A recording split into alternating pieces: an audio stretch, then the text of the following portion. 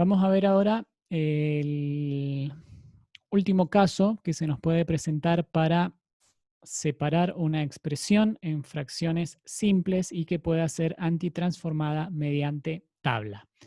En este caso, la expresión a antitransformar, vamos a hacer el ejercicio 5E.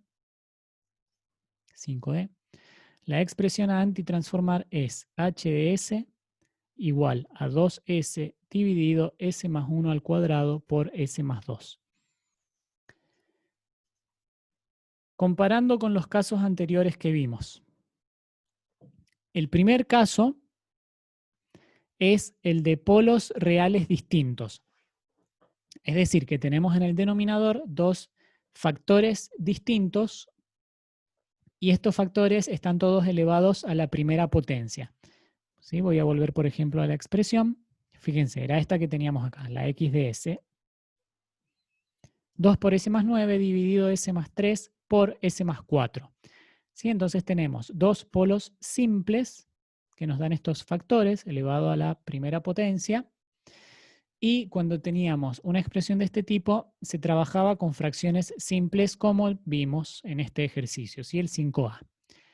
El otro caso que vimos es este cuando tenemos polos complejos conjugados, ¿sí? Tenemos polos complejos conjugados y ahí se trabaja completando cuadrados para tener en el denominador la variable s al cuadrado con el desplazamiento más otro número que también sería omega al cuadrado por lo que es transformada de seno coseno, ¿sí? Y el otro caso, fíjense la diferencia con el primero más que nada, es que tenemos uno de los factores con una potencia distinta de 1, mayor que 1 en este caso, que es 2. Tenemos s más 1 al cuadrado por s más 2.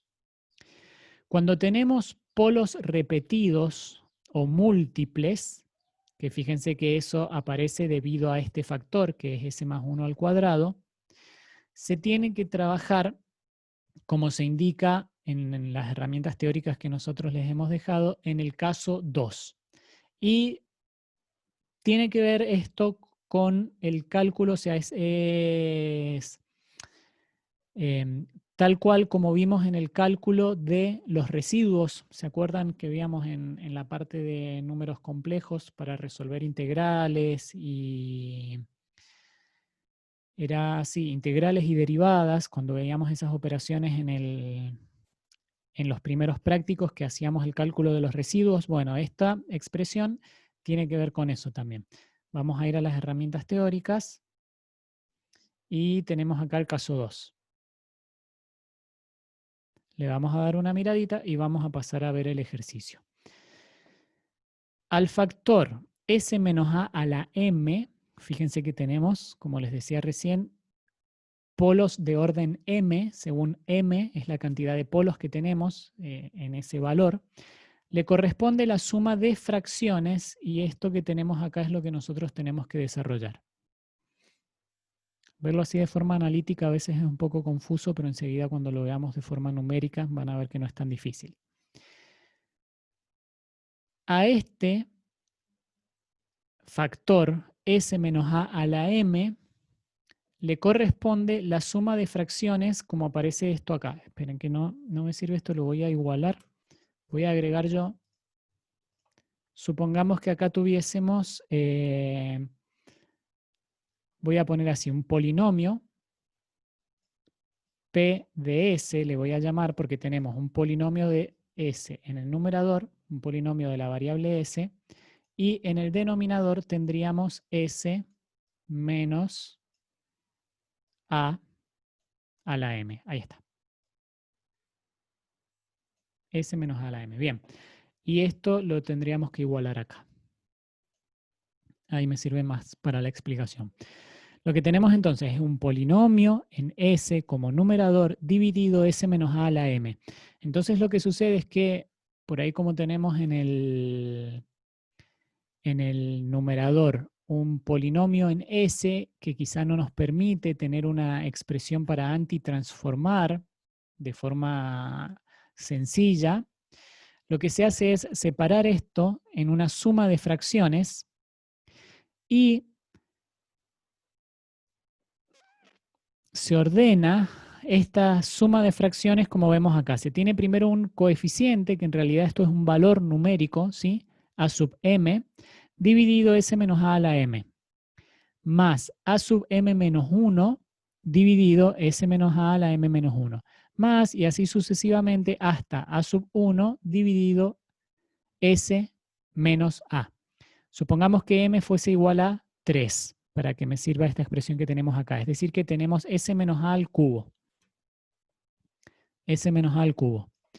Entonces tendríamos primero un coeficiente a sub 3 dividido s menos a al cubo, más un coeficiente a sub 2 dividido s menos a al cuadrado, más un coeficiente a sub 1 dividido s menos a la 1.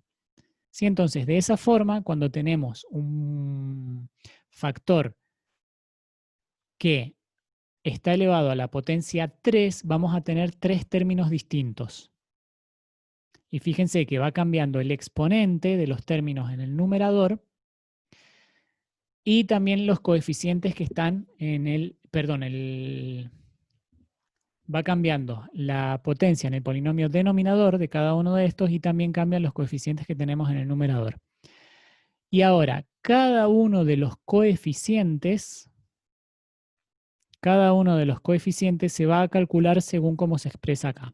El coeficiente a sub m se calcula como el límite para s tendiendo a de s menos a la m por i de s sobre x de s, donde i de s sobre x de s es la expresión que nosotros,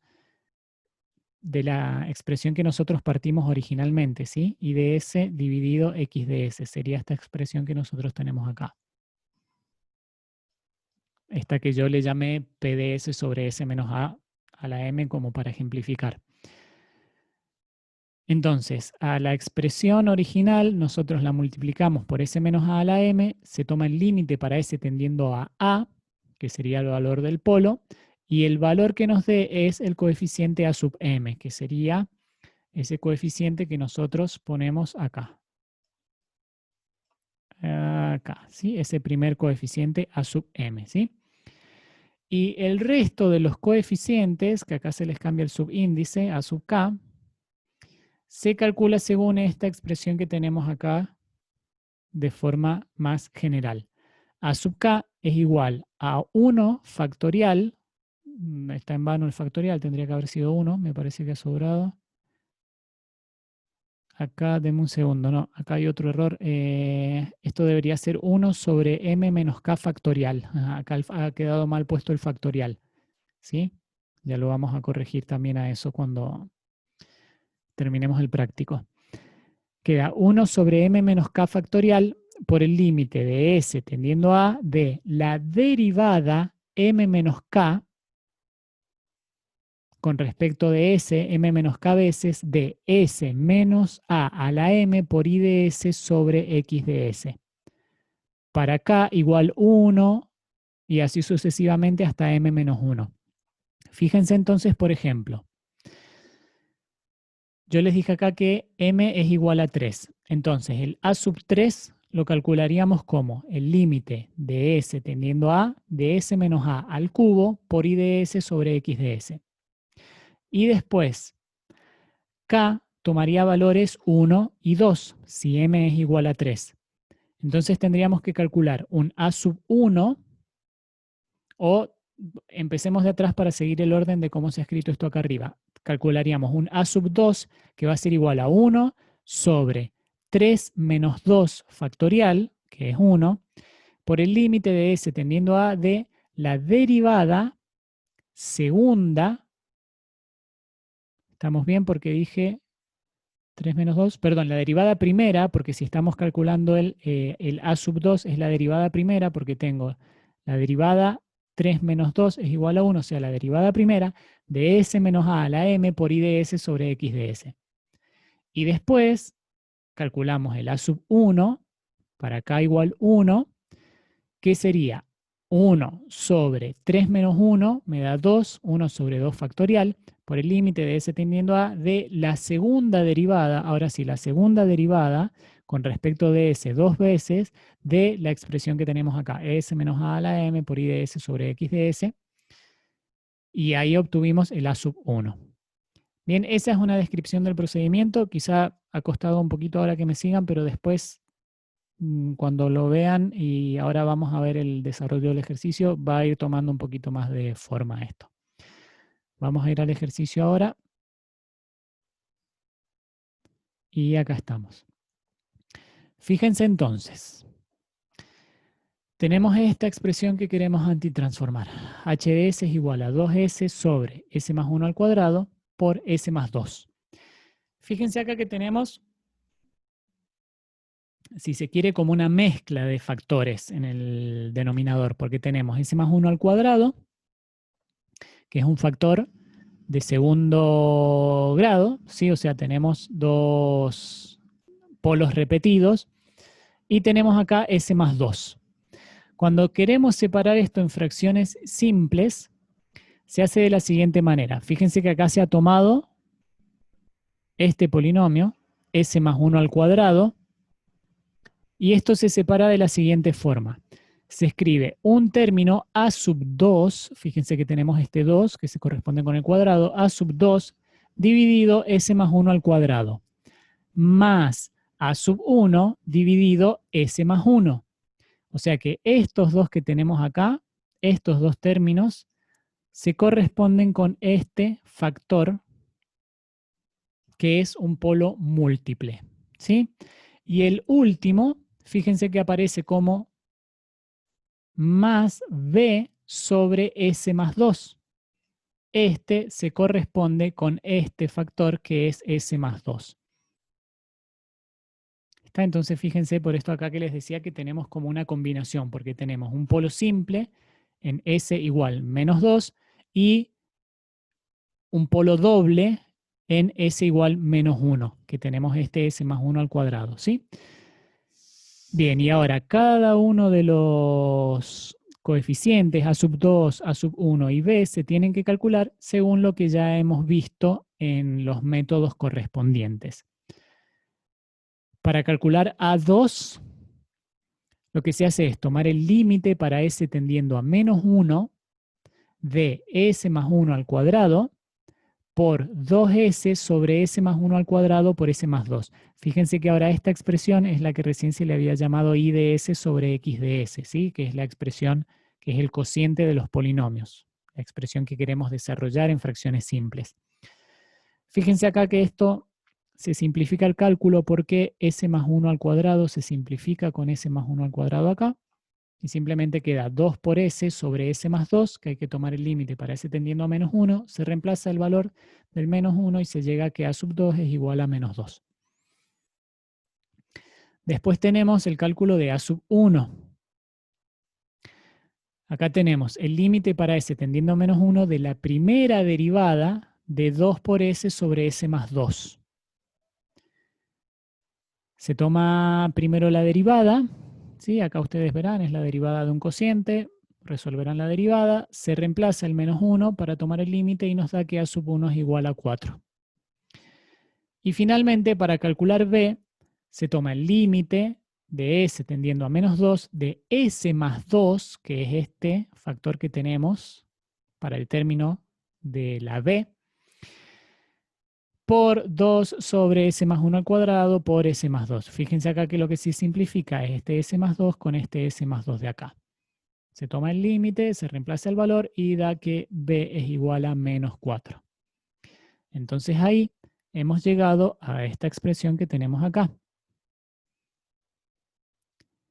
Fíjense que es menos 2 sobre S más 1 al cuadrado, que se corresponde con esta A2 sobre S más 1 al cuadrado, porque A2 es igual a menos 2, más 4 sobre S más 1, 4 es igual a A1, o A1 es igual a 4, al revés, 4 sobre S más 1, más menos 4 sobre S más 2, porque B es igual a menos 4. Fíjense entonces que esto nos ha quedado de forma sencilla para poder antitransformar usando tablas. Y ahora, ¿a qué transformada corresponde cada uno de estos términos? Vamos a observar, voy a ir primero a los más sencillos, que fíjense que acá tenemos S más 1 como denominador y acá tenemos S más 2. Habrán visto quizá que la transformada de la función escalón, ¿sí? La transformada de la función escalón u de t es 1 sobre s. 1 sobre s. Y fíjense que estos dos términos se corresponden a la transformada del escalón. Es 1 sobre s. Pero ¿qué tenemos de distinto acá? Y que la s tiene un número que la está sumando. Que significa que la s está desplazada. Entonces hay que tomar este término y este también, que son los dos iguales, lo único que hay de diferente son los números, es la transformada de un escalón con un desplazamiento. Entonces al antitransformar tiene que aparecer la función escalón y las funciones exponenciales correspondientes a cada uno de los desplazamientos en la variable s, tal cual como les expliqué en el ejercicio anterior. Y el otro término, menos 2 sobre s más 1 al cuadrado, fíjense que si obviamos el desplazamiento, de nuevo primero acá identificamos que tenemos un desplazamiento, s más 1, si obviamos el desplazamiento tenemos una s al cuadrado. Habrán visto, quizá, y si no, ya es hora de que lo empiecen a ver, que la transformada de la función t es igual a 1 sobre s al cuadrado. Entonces tengo acá una s al cuadrado, o sea que debería aparecer la función t, fíjense que acá aparece en la respuesta, y esa s está desplazada, o sea que tiene que aparecer la función exponencial correspondiente al desplazamiento en la variable s, y es esta que aparece acá. ¿Sí? Entonces ahí de forma sencilla tenemos la antitransformada usando tabla. Fíjense acá un detalle que es importante, por ahí alguno quizá después se puede preguntar, es que este escalón está multiplicando a todos los términos. Y dijimos que los dos términos, digamos los últimos dos términos, son la transformada del escalón, entonces que por eso aparece el escalón. De todos modos, en lo que estamos estudiando nosotros en esta materia, siempre que antitransformamos y volvemos de la variable s, de una h de s, a la variable tiempo, a una h de t, multiplicamos la h de t por el escalón. Y se hace eso para indicar que nuestra señal h de t empieza en un instante de tiempo determinado y en este caso es t igual 0. ¿Sí? Es para indicar que antes de un instante t igual 0 no tenemos una señal. ¿Sí? Así que por eso siempre se multiplica con el escalón la antitransformada, por lo menos lo que estamos viendo nosotros acá en esta materia. Muy bien.